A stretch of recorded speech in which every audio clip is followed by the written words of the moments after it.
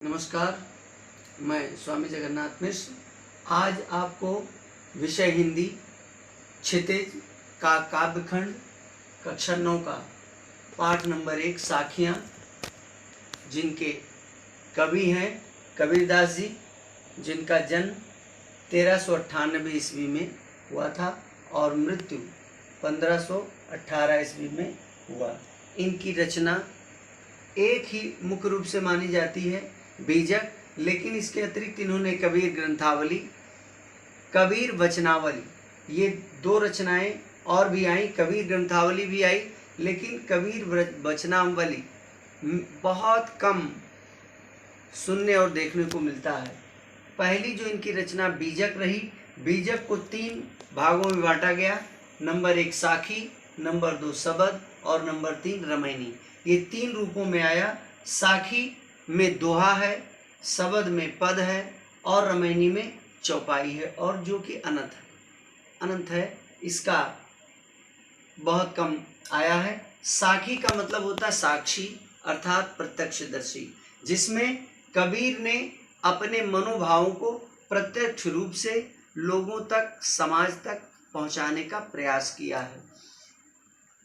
प्राचीन काल में भारत जो राज्य था, ये छोटे छोटे राज्यों में बटा हुआ था, और उस समय राजा महाराजा अपने अपने राज्य के विस्तार में लगे हुए थे, और उन छोटे छोटे राज्यों में तमाम प्रकार के बाह्य आडंबर, ढोंग ढकोसले व्याप्त हो गए थे।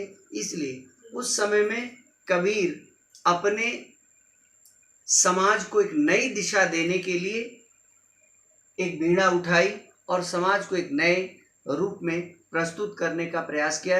यही कारण है कि कबीर न धर्म देखते थे, न जाति देखते रहे, और इसीलिए उन्होंने इन जाति और धर्म के संप्रदाय के इन भावनाओं से ऊपर उठ करके दोनों संप्रदाय, चाहे वो हिंदू धर्म रहा हो या मुस्लिम धर्म रहा हो, दोनों धर्मों को खूब डांटा और फटकारा और एक नई दिशा देने का प्रयास किया। कारण ये था कि कबीर का जन्म ऐसा माना जाता है कि एक विधवा ब्राह्मणी के अपनी लोक लज्जा के कारण उस बालक को काशी के ही एक लहरतारा नामक तालाब पर छोड़ आई, और उस रास्ते से गुजरते हुए नीरू नीमा नामक 2 जुलाहे दंपत्ति उस रास्ते से गुजरे, उस बालक को उठा लाए, पालन पोषण किया। तो जन्म से कबीर एक हिंदू मान्यता मिली कि कबीर हिंदू रहे, लेकिन उनका पालन पोषण एक जुलाहे दंपत्ति में होने के कारण उन्हें ऐसा माना जाता रहा कि वे मुस्लिम धर्म के हो गए। लेकिन ऐसा उन्होंने अपने जीवन में कभी आने ही नहीं दिया कि हम हिंदू हैं या मुस्लिम हैं। वो दोनों संप्रदायों को लेकर चलते रहे और दोनों संप्रदायों को डांटते और फटकारते रहे। कबीर का जन्म 1398 ईस्वी में माना जाता है, और यहीं से ये अपने जीवन के सफ़र को शुरू किया। चूँकि जुलाहे परिवार में होने के कारण पढ़ाई लिखाई इनकी नहीं हो पाई, ये निरक्षर रह गए। माता पिता के कार्यों में हाथ बटाते रहे, उनके कार्यों को आगे बढ़ाते रहे। आगे कुछ कालांतर में इनका विवाह हुआ। इनकी पत्नी का नाम लोई, और इनसे 2 संतान हुए, जिनका नाम कमाल और कमाली पड़ा। ये जब और बच्चे इनके बड़े हो गए, तब ये अपने धर्म और सत्संगत और देशाटन, तीर्थाटन करने के कारण इनके मन के अंदर वैराग्य उत्पन्न हो गया, और इन्होंने अपने गृहस्थ जीवन से धीरे धीरे किनारा कसना शुरू कर दिया। आगे चल कर के कबीर इन समाज में जो व्याप्त ढोंग और आडंबर व्याप्त थे, उनको मिटाने का प्रयास किया। और यही कारण था कि ऐसा माना जाता है कि बिन गुरु हुँ ही न ज्ञान, बिना गुरु के ज्ञान नहीं मिलता है। इसीलिए कबीर अपने एक गुरु को बनाने का प्रयास किया और रामानंद जी को अपना गुरु बनाया। उन्हीं से अपने जीवन के इस भक्ति काल की जो सफ़र था प्रारंभ किया। आगे चल करके ये दोनों धर्म और जाति में जो बटा हुआ समाज था इनको दिखाने का प्रयास किया। और इसी क्रम में कहा जाता है, कुछ कविताओं के माध्यम से भी आपको मिलेगा कि जना ब्राह्मणी विधवा ने था, काशी सर में जन्म लिया, और तंतुवायु नीरू माने पालन कबीरा दास किया। रामानंद के परम शिष्य थे, जाति पात का भेद मिटाया, पंचमेल खिचड़ी भाषा लिख निराकार प्रभु रूप दिखाया। ऐसा मान्यता है, ऐसी मान्यता है कबीर के जन्म के विषय में। और कबीर ने जो अपनी रचना बीजक दिया, जिसमें साखी शब्द और रमैनी का आता है वर्णन, और साखी का मतलब है, साखी का मतलब आँखी, साखी आँखी ज्ञान की, समुझ देख मन माही, और बिन साखी संसार की, झगड़ा छूटत नाई। ऐसा कबीर का कहना था कि यदि साक्षी नहीं है, साखी नहीं है, तो ईश्वर की प्राप्ति हो पाना संभव है। और इनके मृत्यु के विषय में बहुत सारी धारणाएं आई। जब जीवन के अंतिम पड़ाव में थे तो इनको ज्ञान प्राप्त हो गया, और ऐसी मान्यता है कि कबीर कहते थे कि अगर हम काशी में मर जाएं, काशी में मरने पर स्वर्ग मिलता है, तो कबीर ने कहा काशी में अगर मर भी जाते हैं तो इसमें ईश्वर की कौन सी बड़ी बात है। और यही कारण है कि काशी में रह करके मरना चाहते थे। और ऐसा किंवदंती है कि उन्होंने अपने हाथ पैर काट लिए थे और काट करके काशी में ही रहे। लेकिन एक दिन ईश्वर की ऐसी माया हुई कि एक घोड़ा आया, और उस घोड़े पर सवार जो बैठा था वो उल्टे दिशा में बैठा था, यानी जिधर उसकी पूंछ थी उधर लगाम लगाए थे, और जिधर मुंह था उधर पीट करके बैठे थे। कबीर देख के हंसे कि कितना बड़ा बेवकूफ़ आ गया कि इसको ये नहीं पता कि घोड़े पर बैठा कैसे जाता है। तो कबीर ने कहा कि हम बैठना बताते हैं तुम्हें, कैसे बैठा जाता है। और फिर कबीर उसको बैठ करके बताए कि कैसे बैठा जाता है। और जो ही घोड़े पर सीधा होकर के बैठे, वो घोड़ा वहाँ से उड़ चला, और काशी से उड़ने का मतलब बहुत तेजी से चल पड़ा, और आ करके यहीं बस्ती के निकट मगहर नाम जगह पर उन्हें गिराया, और गिरने के बाद वहीं इनका प्राणांत हो गया। तो उस समय कबीर को लोग जानते भी थे। हिंदू और मुस्लिम दोनों धर्म संप्रदाय के लोग एकत्रित हुए, और ये हुआ कि कबीर के शरीर को कौन ले जाए, हिंदू ले जाए या मुसलमान ले जाए। दोनों में झगड़ा हो गया, विवाद हो गया। मुस्लिम कहे ले जाऊंगा मैं दफनाऊंगा, हिंदू कहने मैं ले जाऊंगा इन्हें जलाऊंगा, और ये विवाद बढ़ता गया। लेकिन उसमें से कुछ प्रबुद्ध लोगों ने कहा कि नहीं, ठीक है, चलो आधा आधा शरीर ले लिया जाए, जब मर ही गए तो शरीर को बांट लिया जाए। और ये बात जब सामने आई तो जिस चद्दर से उन्हें ढका गया था, चद्दर जब हटाया गया तो वहाँ शरीर नहीं था, केवल फूल बचे थे, फूल ही बचा, शरीर गायब था। और आधे फूल को मुस्लिम संप्रदाय के लोग ले गए, आधे हिंदू ले गए, आधे ने जला दिया, आधे ने दफना दिया। यही कारण कि आज मगहर में दोनों मजार और समाधि दोनों एक ही जगह बना हुआ है। और प्रतिवर्ष जब कबीर जी का ये मृत्यु का जो समय दिया, अब आते हैं हम कबीर के उस साखियों की ओर, जो आपका शीर्षक है साखी। साखी का मतलब साक्षी अर्थात प्रत्यक्षदर्शी, जिसमें दोहा ही है। आज पहले दोहे का भाव आपको बताएंगे।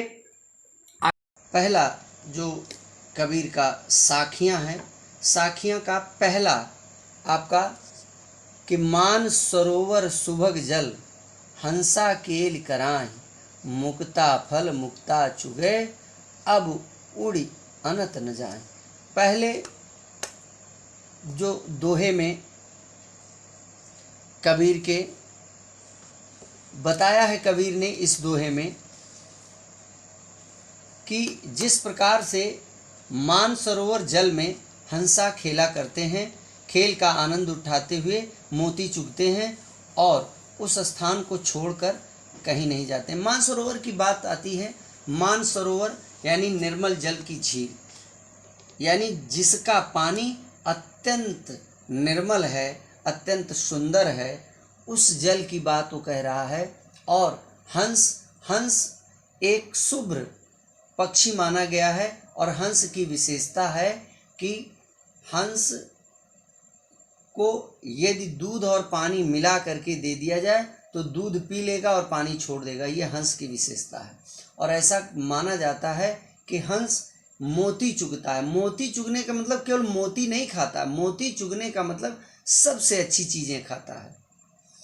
और जिस जगह पर उसे अच्छा भोजन प्राप्त होता हो, हंस को उस जगह को छोड़कर कहीं जाना नहीं पसंद करता। ऐसे व्यक्ति की बात होती है जहाँ सुख सुविधाएं उसे संपन्न मिलती है, व्यक्ति उस जगह को छोड़ करके जाना पसंद नहीं करता है। ठीक उसी तरह से जिस प्रकार से कबीर ने कहा कि मान सरोवर सुभग जल हंसा के लिकरें कराएं, और मुक्ता फल मुक्ता चुगे अब उड़ अनंत न जाएं।